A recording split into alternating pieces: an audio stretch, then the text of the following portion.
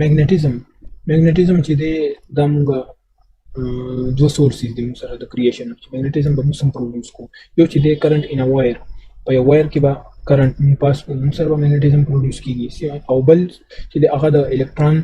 یا د چارج پارټیکل اربیټال او سپین میګنیټک موومېنټ د اربیټال او د سپین میګنیټک موومېنټ د وجې به ما سره magnetism کریټ کیږي اول موږ وایو سپین میګنیټک ډایپول موومېنټ یا میو اس نو الکترون چې د هغه سره یو انټرینزیک چې دی angular momentum دی د سره نیچرلی هغه ته ویل شي سپین angular momentum یا جست سپین وته وایي چې هغه موږ ریپرزنټ کوو د اس او ایرو په دا angular momentum د سپین او ویکټر کوانټیټی دا نو دا شانتي چې کوم سپین دی نو د سره اسوسییټ سره یو انټرینزیک سپین میګنیټک موومېنټم دی چې میو اس دی دا angular momentum او دا چې د میګنیټک موومېنټ میو اس شو څنګه چې دا موږ پریزنټ کړل په ډایګرام کې چې یو الکترون دی هغه د سپین چې دی هغه اپوزیټ ټو میګنیټک ډایپول موومېنټ د هغه میګنیټک ډایپول موومېنټ چې دی هغه په لاندې ډایرکشن کې دی ډاونورډ دی او angular momentum یې څه دی سپین angular momentum اپورډ دی دواړه بل ته څه دي انټي پیرلل دي اپوزیټ ډایرکشن کې دی بل ته او الکترون چې دا سپین میګنیټک سپین چې دا عام سپین نه دی چې عام څنګه بال روټیټ کیږي یا روټیټ دا چې دا ووبلینګ دی الکترون چې دی ووبلینګ کی دا ایکسپلینیشن چې دی دا صرف کوانټم میکانکس کولی شي کوانټم میکانکس نه بغیر چې دا ایکسپلینیشن لکېږي چې سپین څنګه دی د الکترون سپین میګنیټک موومېنټ چې دا میو اس د الکترون څنګه دی نو ګوره سپین انګولر موومېنټم او میو اس چې دا بیسیک کیریکټریسټکس دي د الکترون یا د چارج پارټیکل دو څنګه چې د الکترون یو یا د چارج پارټیکل چې دی هغه یو خپل ماس دی او بل الکتریک چارج دی دا شانتي د سپینم او د میګنیټک موومېنټ دا هم د بیسیک یا فندامنټل کیریکټریسټکس دي mu s is equal to minus e over m او s angular momentum دی spin angular momentum negative sign شو کی چې s چې دی magnetic دا spin magnetic moment spin angular momentum and mu s spin magnetic moment دا دواړه څه دی یو بل ته اپوزیټ دي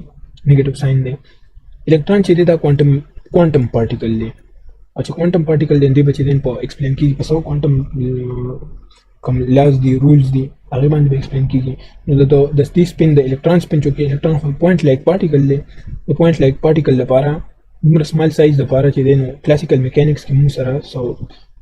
لا او رول نشته چې هغه دا ایکسپلین کیږي لہذا موږ له پکار سره کوانټم میکانکس پکار دی نو کوانټم میکانکس چې د فزکس اف سمال شروډینګر ایکویشن چې دی نو سټیل دا نه ایکسپلین کی د سپین کانسپټ چې دی په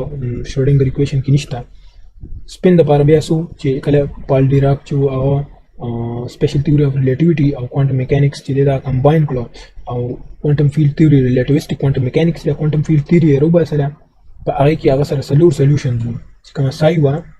هغه سولوشن راکړو یو پوزټیو انرژي سټیټس دوه او دوه نیگیټیو انرژي سټیټس څنګه چې د ایکویشن راوځي نو ته ایکوالز mc سکوير e سکوير is equal to p سکوير c سکوير plus m سکوير c4 او هغه چې کله روټ والی نو پلس ماینس روټ سره لته سره او هغه کې ما سره دوه چې دی دوه رال پوزټیو دوه پوزټیو رال او دوه سره نیگیټیو سولوشن رال نو دوه پوزټیو چې دا ډیرا کوي چې دا یو چې الکترون سپین اپ ته او بل چې دی الکترون سپین ډاون دی پوزټیو انرژي سټیټس دي او دا چې کوم انټیو دا چې کوم نیگیټیو انرژي سټیټس هغه ته وایي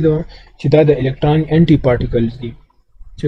هغه ته ډیراک سی وي چې الکترون سی دا چې کله دا د ستاسو نه ایکسایټ شي الته کې یو هولز جوړ شي ډیفیشنسي اف الکترون کنه الکتریک چارج د نیگیټیو چارج ډیفیشنسي کریټ شي الته کې پوزټیو چارج انډیوس شي نو هغه وایي چې دا یونیورس چې دا فیلډ وذ